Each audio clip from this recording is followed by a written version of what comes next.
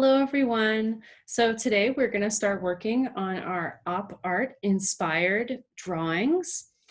But first, I just wanted to quickly go over what is op art.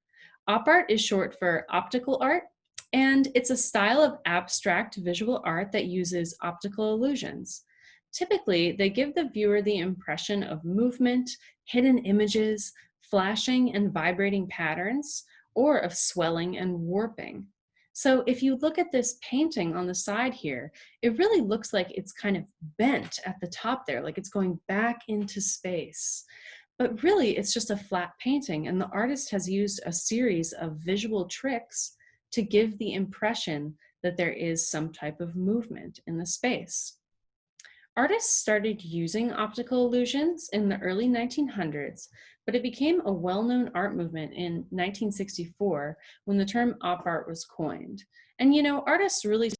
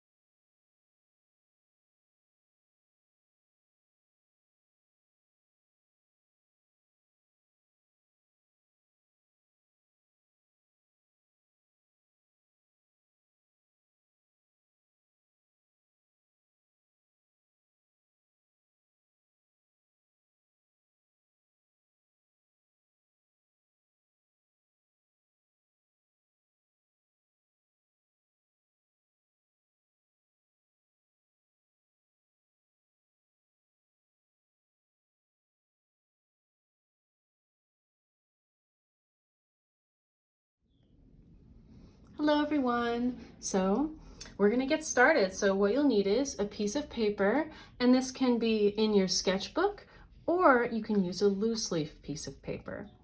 So you'll need a pencil to get started, and then also a ruler or a straight edge. And this can be any type of ruler or any type of straight edge. So I'm going to use a pen just so that you all can see it a little bit better, but you should use a pencil for this. So the first thing we're going to do is we're going to start off just by brainstorming a little bit. And what I mean by brainstorming is just a way to kind of generate ideas spontaneously. So when we brainstorm, we draw or make lists of anything that quickly comes into our heads that we might want to draw. So we're going to do a little brainstorming and a little practice. So a lot of the visual effects that you see in op art have to do with perspective. And perspective is kind of how things look in the world, right? One way to think about it is to think about railroad tracks. This is just a great example, right? So if I'm standing out and I'm standing on the railroad tracks, right? Here's the horizon line. So this is the sky and this is the ground, right? If I'm looking, the railroad tracks get smaller and smaller and smaller as they get to the horizon. So if I have two lines, this is like my railroad tracks coming down like this. And then if I have my other line kind of coming down like that, right? You can see it looks like it's going back into the distance. And when I have my kind of the pieces coming across, right? They start off far apart from each other, but as they get closer to this point, which is what's called the vanishing point,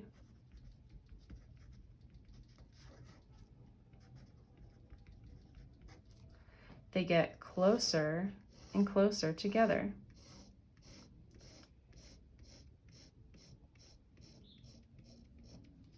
Right?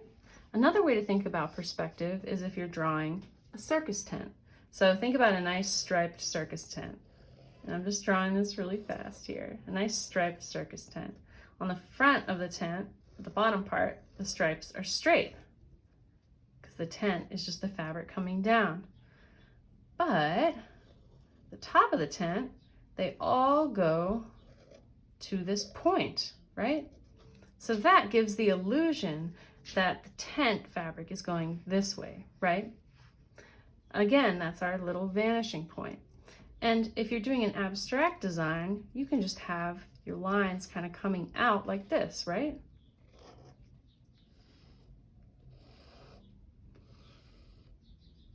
And it looks like space is going in towards this point. All right, so why don't you go ahead and grab a new piece of paper. We're gonna just do a really quick exercise.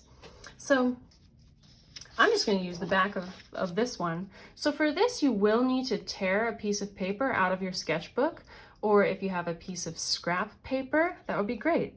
So what you're gonna do with this paper is you're just gonna fold it in a few different places, and you can fold it any way that you want. Try and do a few different folds going in different directions. Right, so I'm just gonna fold this. Maybe I'll do one more like this in the middle here. So I have my paper folded. What I'm gonna do now is I'm gonna use my ruler to create lines, and using these folds, I'm gonna make it look like the paper is folded even though it's gonna stay flat. So I'll just pick a direction. And you know, if you would rather not use a ruler for this, that's okay too. And on this part of the fold, I'm just gonna keep my lines going in the same direction.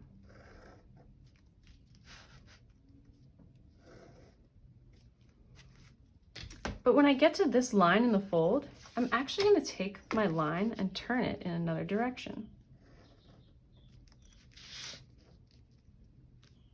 And this is just really good practice for just creating an interesting space in op art. Maybe I want to turn my paper a little bit. You can already see that you're creating kind of this dimensional space, right? Okay, so I'm at my next fold here, and I'm gonna have my lines go in a different direction. So I'll turn my ruler a different direction. Connect those lines to each other.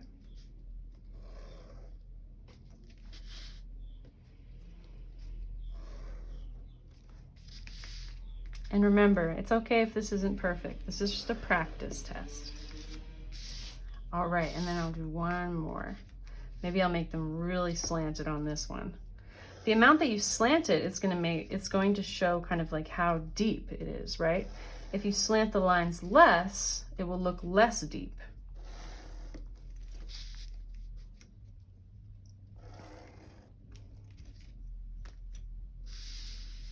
Do you see how even though my paper is flat, it looks like it's bending across? That's just a quick way to do some practice for your op art. So you can go ahead and finish doing that. Maybe you want to fill in some of the lines. Maybe you want to make some of the lines smaller and some of them bigger. And when you're ready, you can move on to the brainstorming section. So go ahead and open up a page in your sketchbook or on a loose leaf page. And what you're going to do is you're just going to start making a list of anything that comes to your mind that you might want to draw.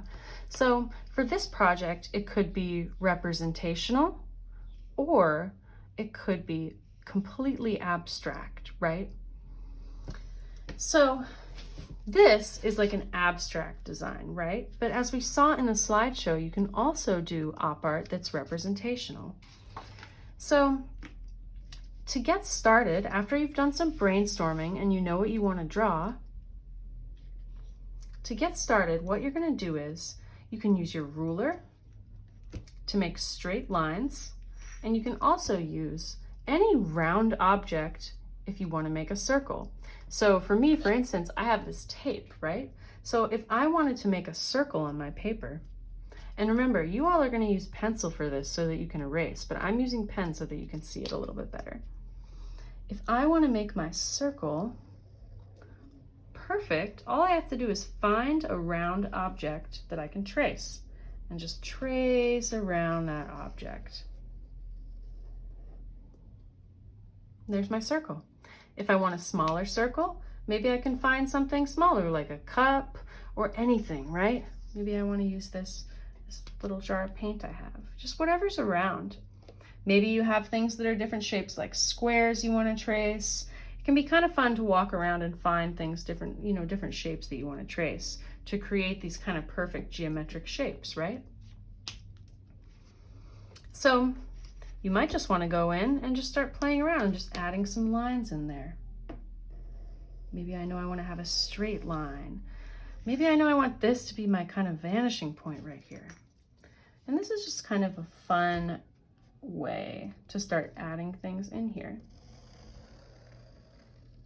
And that ruler gives you a really nice straight line. Notice how when I use my ruler, I'm lining it up, and then as I'm drawing, I'm holding my ruler down so it doesn't move. So to create your designs, you can be intuitive and just kind of work through it, or if you know exactly what you want to do, you can start kind of sketching that out, right? So I started just making kind of an intuitive abstract design, but if I wanted to add something in that was representational, I can start drawing that in as well. So maybe I want to add like a snake into my design. So I could just start drawing in just the outline. Now, it's important for this step of the project that you just draw the outline. I'm not going to go in and put very much detail into this snake. I'm just going to keep it as the really simple outline. So maybe I've got my snake coming down across. I think maybe I want to have my snake like going under this line and then coming out the other side. And put the little head on it. Just like that. You can work with, like I said, geometric shapes. Just like when we were working on our mandalas, you can work with geometric shapes. And you can also work with organic shapes, right? So again, when I say organic shapes, I mean you can just really be really freeform with it, right? Maybe I just want to have some swirly lines coming in like this. And what we're really doing in this step of the game is just laying out kind of the basic structure of our design. We're not coloring in anything yet with the pen or doing any type of shading. We're almost creating what I would call the skeleton of the design. And like I said before, this can be anything that you want it to be. You want to draw an op art picture of your bedroom, an op art picture of your dog. Maybe you just want to do swirls and shapes. Maybe you want to really get into it and start measuring everything and making it, look like it's kind of bending through space.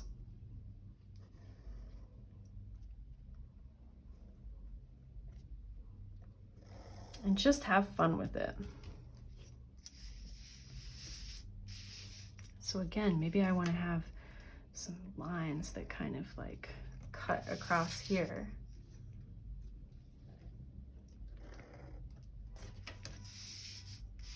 And remember, since you're using a pencil, unlike me, if you make a mistake, you can just erase it. If your ruler accidentally slips.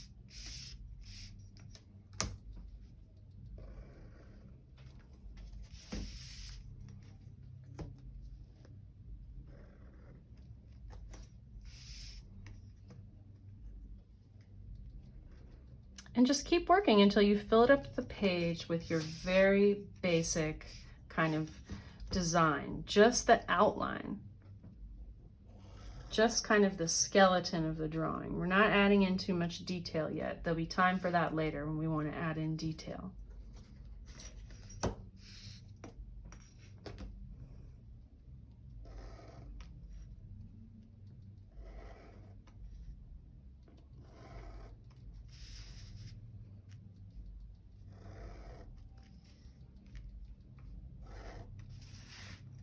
Maybe I want to add some more organic shapes through here.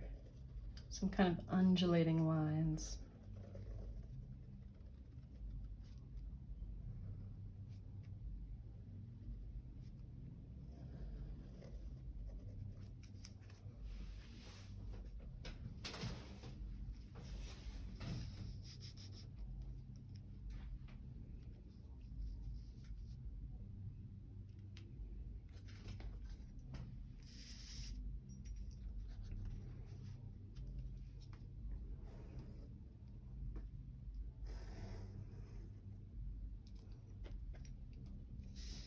So keep working on that until you get to a point where you feel like you have your basic design all laid out.